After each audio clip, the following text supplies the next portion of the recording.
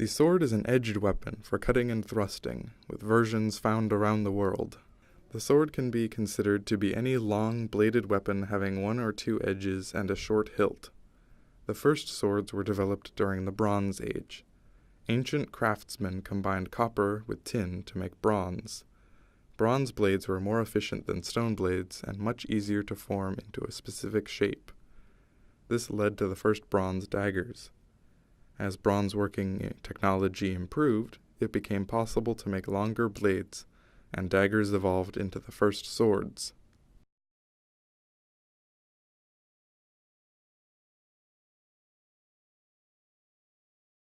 Until the 1200s, all swords were single-handed swords, and even with the development of longer swords, single-handed swords remained the most common type throughout the weapon's history.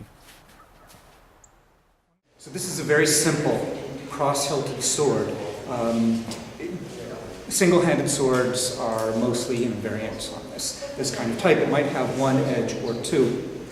The parts of the weapon are obviously the point, the blade, the hilt. This is called the crossbar. This is called the pommel. The pommel serves to counterbalance the weight of the weapon. This indentation that you see here is called the fuller. It lightens and strengthens the weapon. It's essentially comparable to something like corrugated metal by providing a non-flat surface that actually strengthens the material while actually taking metal out of the equation, removing metal so that it is not as heavy as it otherwise would be. The sword was not only a weapon for troops, but also for civilians, and it was not only used for fighting, but also for hunting, ceremony, and display. At first, making swords was difficult and expensive, and swords could only be afforded by the rich and powerful. Even when swords became more common, a good sword remained a symbol of wealth and position. Single-handed swords and rapiers came from the same root, and they have the same shape. However, there are important differences between them. The largest difference is the blade. Swords are used for both cutting and thrusting, and may concentrate more on cutting. The rapier was used more for thrusting, and reduced cutting functions. The rapier's blade is narrow, straight, and double-edged, while the sword's blade is broad and can be straight or curved, single or double-edged.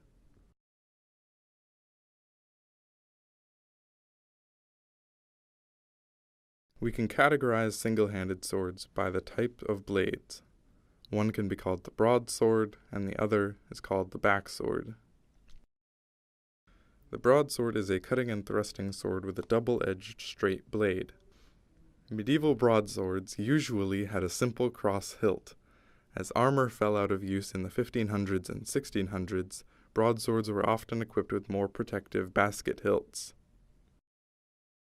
You can still see the remains of the crossbar going across right here, except of course it's had this whole basket hilt arrangement added to it to give protection to the unarmored hand. So this would be used as a battlefield weapon, but in a period when soldiers aren't wearing armor anymore. So this is a soldier's weapon that gives protection to the hand in the absence of armor on the hand.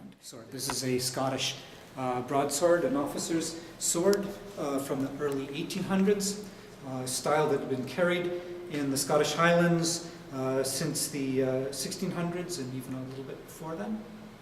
And classic sort of hewing single-handed sword. You can see it's really only designed to accommodate a very simple fist grip. The backsword has a single-edged blade that can be either straight or curved. It is more often a cutting than a thrusting weapon. It has many variants including the sax, the saber, the messer, the cutlass, and the falchion. Messer was a term for the class of single-edged bladed weapons in Germany. Messer means knife in German. The Messer was part of the curriculum of several fencing manuals in the 1400s and 1500s, including Johannes Lecuckner. This rather corroded piece is actually something of a gem for the Higgins collection. You would call this a grosse Messer or a lange Messer, perhaps. It's basically in the Messer family, a sort of utility weapon type derived from the Viking Age sax. But this is actually of a hand and a half configuration. You can see that it's got this long hilt that would actually allow the wielder to use it with two hands. And it's a subset of the backsword in that it has a single edge with a good thick back on the opposite side, making it a really sturdy weapon and relatively inexpensive to manufacture in a fairly durable form. The saber is a sword with a blade that has a curved forward edge. The back edge may be curved or straight. In the late 1500s, the true saber blade began to appear in Eastern Europe. By the 1600s, sabers were coming into use in Western Europe. By the 1800s, they had become the most common type of sword.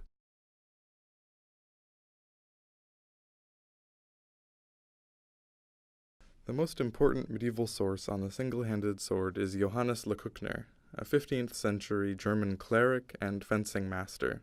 His treatise focuses on the Messer, although his techniques can be found in many other types of sword fighting. Lecoucner's system of sword fighting is rooted in the Lichtenauer tradition of the 1300s and parallels the techniques of the longsword.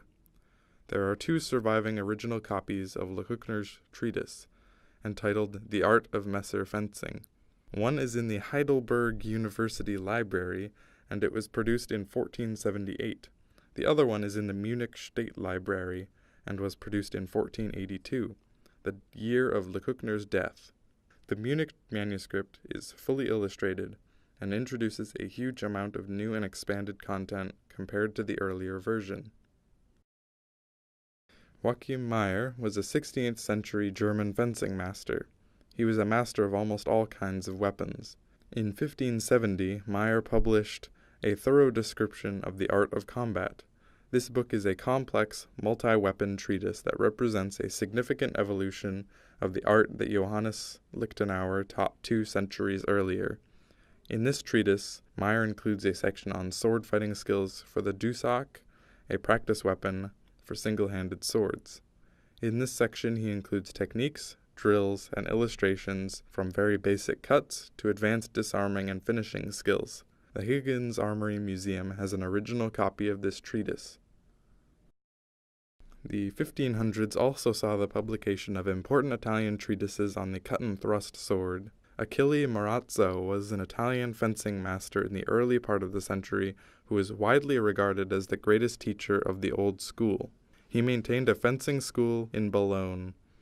In 1536, Marozzo authored a treatise on swordsmanship titled Opera Nova. It was reprinted several times during the century and translated to French in 1580. Traces of Marozzo's cut-and-thrust swordplay can still be found as late as Giacomo de Grassi's treatise of 1570, although de Grassi preferred thrusting over cutting, so his work is generally treated as a rapier fencing manual rather than a single-handed sword manual. The Huygens Armory Museum has an original copy of his treatise.